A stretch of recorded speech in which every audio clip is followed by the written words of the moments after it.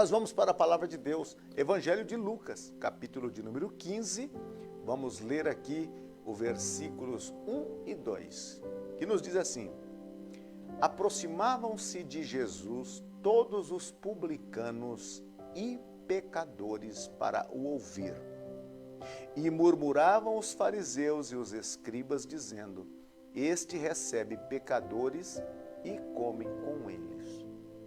Nesses dois versículos, aqui do capítulo 15 do Evangelho de Lucas, eu quero trazer a todos nós uma reflexão sobre o tema, o amigo dos pecadores. Sabe, meus queridos irmãos e amigos, este capítulo 15, Jesus apresenta, primeiro, a ovelha que se perdeu e que o pastor foi buscá-la.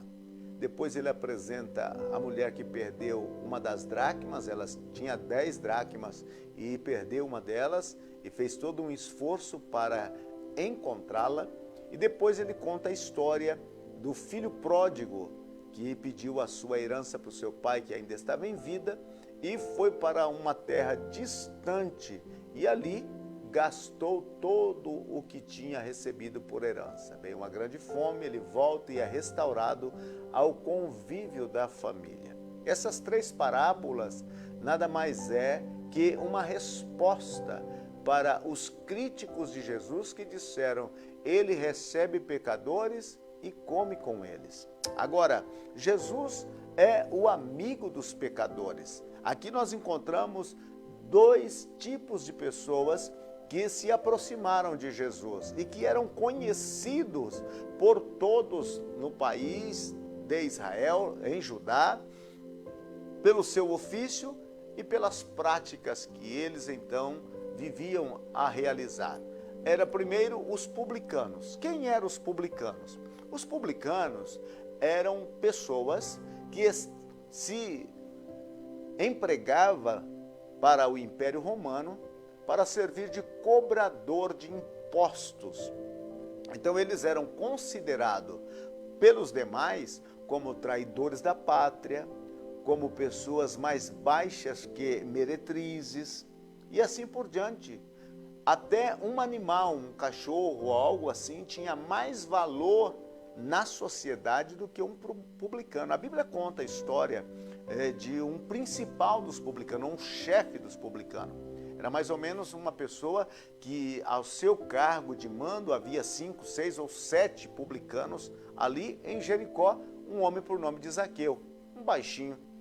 E ele ouviu falar sobre a fama de Jesus e ele quis ver quem era Jesus. E a Bíblia disse que devido à sua estatura ele subiu num sicômoro e esperou Jesus passar por ali, porque Jesus haveria de passar ali. E quando Jesus chega debaixo daquela árvore, ele olha para cima e disse: Zaqueu, olha a surpresa. Quem tinha dito àquele homem que Jesus sabia o nome dele? Ninguém precisava dizer, porque Jesus é Deus e ele conhece todas as coisas. Quero já adiantar para você que ele conhece o seu nome. E ele levanta a cabeça e disse: Zaqueu, desce depressa, porque hoje me convém hospedar-me na tua casa.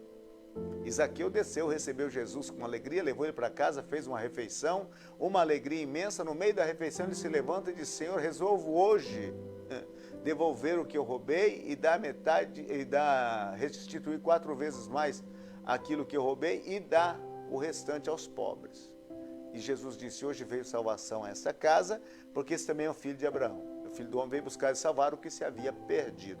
Outro publicano também, bastante famoso e conhecido no relato da Bíblia, é o escritor do Evangelho, Lucas.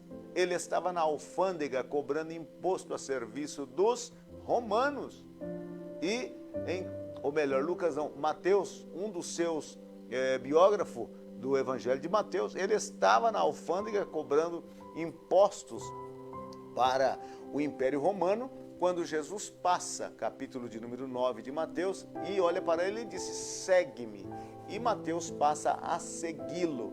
Então, estas duas histórias concernentes e envolvendo publicanos, deu coragem aos publicanos para se aproximarem. E o próprio Mateus realizou uma festa na sua casa de despedida do seu ofício e convidou vários outros do mesmo ofício que ele para estar naquela festa. Então estes eram os publicanos, considerados como traidores da pátria, uma pessoa a quem não deveria se dar-lhe a confiança. E havia também outra categoria de pessoas que se aproximou de Jesus, os pecadores.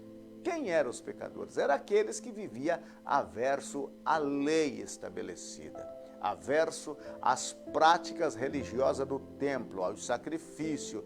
Eram aqueles que não tinham adesão à lei divina e nem aos sacrifícios.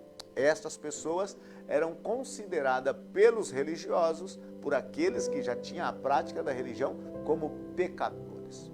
Aqueles que não tinham para eles qualquer possibilidade de uma salvação, ou de um encontro, ou de uma intimidade com o próprio Criador, com o próprio Deus. Também nós temos aqui outras duas categorias de pessoas, os fariseus e os escribas. Quem eram os fariseus? Os fariseus eram uma ramificação do judaísmo que levava as práticas ao extremo. Eram conhecidos como os legalistas. Eles até tinham uma vestimenta diferenciada para serem identificados. No seu corpo, eles levavam pequenas promessas ou pequenos mandamentos da Torá escrito na sua vestimenta. E também eles eram extremistas determinantemente.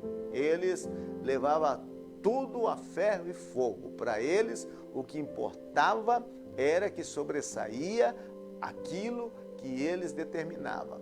Outros tanto eram os escribas. Os escribas eram aqueles que tinham a responsabilidade de ler a lei e interpretar a lei. E eles então, como escribas, eles muitas vezes interpretavam ao bel prazer. Era mais ou menos assim, alguma coisa semelhante com alguns posicionamentos no nosso país hoje. Interpretava ao bel prazer, ou outras vezes passava por cima daquilo que eles bem entendiam e bem queriam. Então temos aqui 4 tipos de pessoas. 2 tipos de pessoas se aproximou de Jesus. E outros 2 tipos de pessoas sentiu que não precisava se aproximar de Jesus e tornaram críticos de Jesus. Os 2 tipos de pessoas disse: aproximava-se de Jesus todos os publicanos e pecadores para ouvir. O que causa nestes outros religiosos, fariseus e escribas, essas atitudes de crítica, é que eles eram os expoentes da palavra, porém, ninguém se aproximava dele. Uma das conclusões lógicas no Sermão do Monte, lá no capítulo 7 de Mateus, é que quando Jesus termina o seu sermão, a multidão está maravilhada, está impactada, porque ele falava não como os escribas e nem como os fariseus, ele falava como quem tem autoridade para falar. O que tira a autoridade de alguém é aquilo, um discurso para o público e uma vida aversa no oculto, no particular. Jesus, o que ele era presente aos homens, ele era também na ausência dos homens. E estes publicanos e estes pecadores, eles foram encorajados. Primeiro porque já havia um grupo e havia até um discípulo de Jesus que era um ex-publicano. Então os publicanos sentiram confiança de se aproximar. Bom, se Mateus é um seguidor de Jesus, se Zaqueu é um seguidor de Jesus e eles estavam no mesmo ofício que a gente, vamos acercar. Se eles não foram repelidos, se eles não foram censurados, vamos nos aproximar. Outros eram os pecadores. Pecadores da vida prática do pecado. Prostitutas, viciados, ladrões e toda espécie de pessoas que você possa imaginar.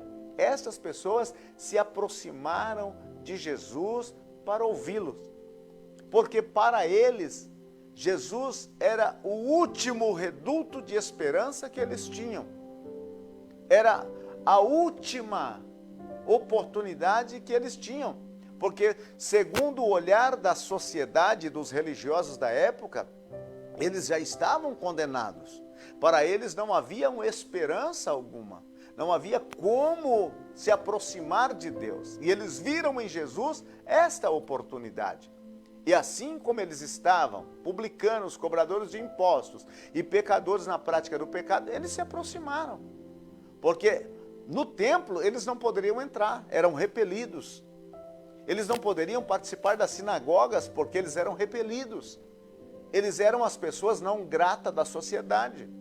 Mas quando Jesus se apresenta trazendo uma mensagem de amor, começa a atrair a atenção deles. E eles vêm até Jesus para ouvir, porque todo homem, por mais pecador ou por mais aprofundado no lamaçal do pecado que possa estar, mas ele sempre quer ouvir da parte de Deus e ter uma oportunidade de que o seu estado possa ser transformado. E interessante que os próprios inimigos de Jesus, os fariseus e os escribas, trazem uma crítica, e naquela crítica que eles pensavam ser uma crítica de censura para Jesus, uma crítica mordaz contra Jesus, eles trazem uma verdade pinacular. Qual é a verdade? Ele recebe pecadores, ele recebe. Como que dizendo, nós não recebemos esse tipo de gente, nós não aceitamos esse tipo de gente. Nós não sentamos com esse tipo de gente, nós não dialogamos com esse tipo de gente. Pecadores e publicanos, nós não nos aproximamos dele. Agora, Jesus não. Jesus recebe eles. Vê? Muitas vezes você não é recebido em muitas repartições. Quem sabe por algumas atitudes de sua vida ou com algumas práticas. Porém, eu quero te afirmar, Jesus é o amigo dos pecadores, ele te recebe. E ele não exige de você mudança ao te receber. Não. Ele quer tratar a sua vida. Ele disse mesmo, os sãos não precisam de médicos. Os justos não precisam de arrependimento. Eu vim chamar os pecadores. Ele disse em Mateus 11, 28, vinde a mim todos os que estão cansados e sobrecarregados, e eu vos aliviarei.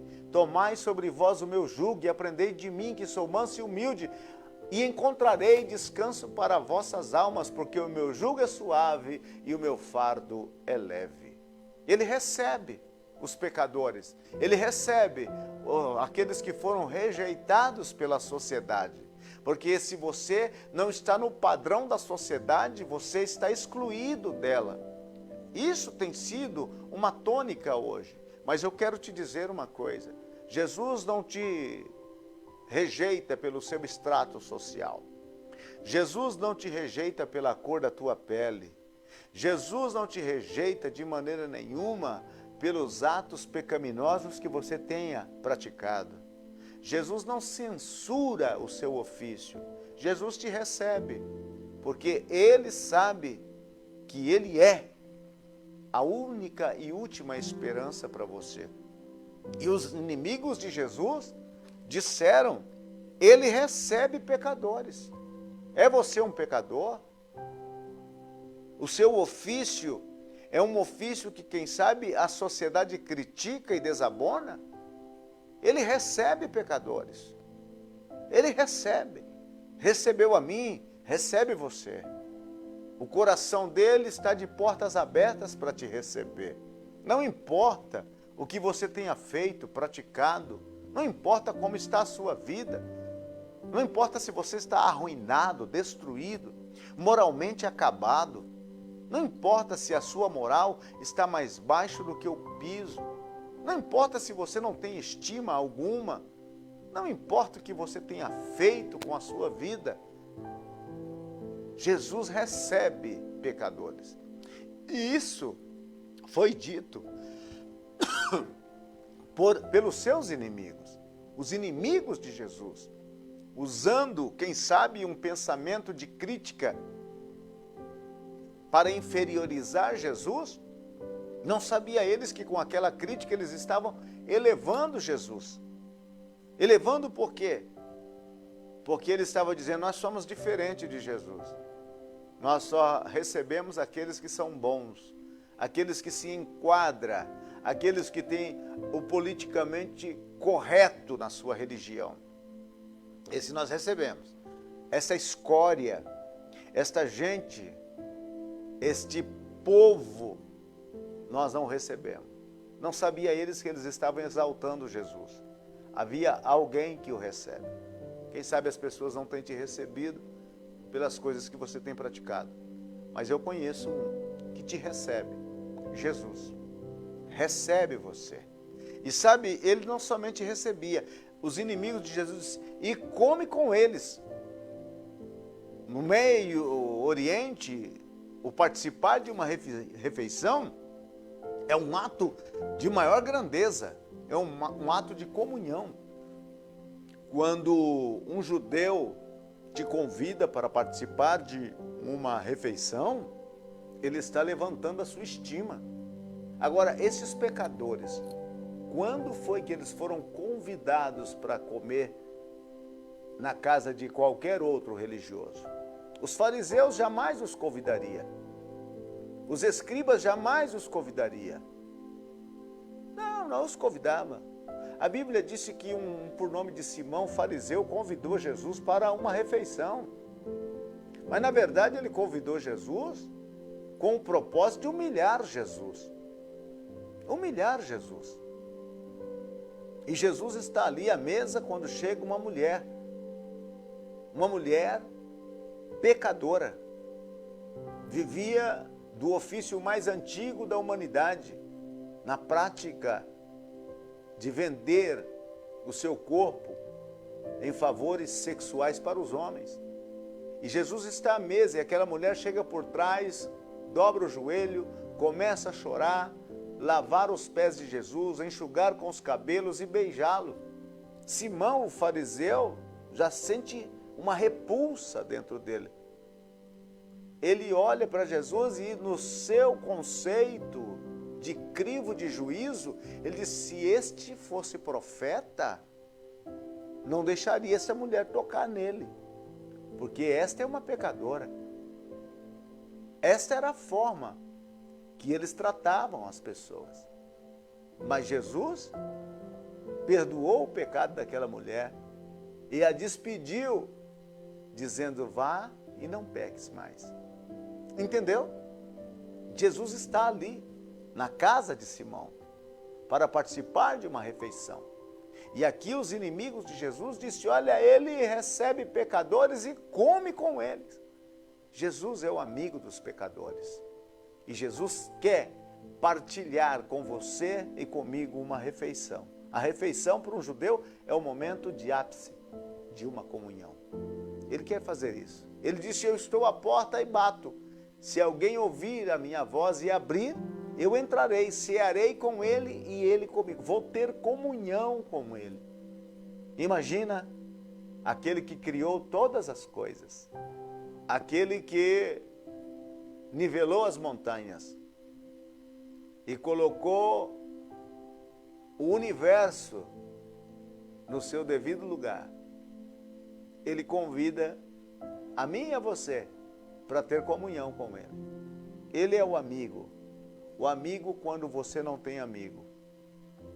O amigo que não tem qualquer pretensão de aproveitar algo de você. O amigo que jamais tirará de você qualquer coisa que você tenha. O amigo que quer mudar a sua vida, transformá-la completamente e quer chamar você de amigo.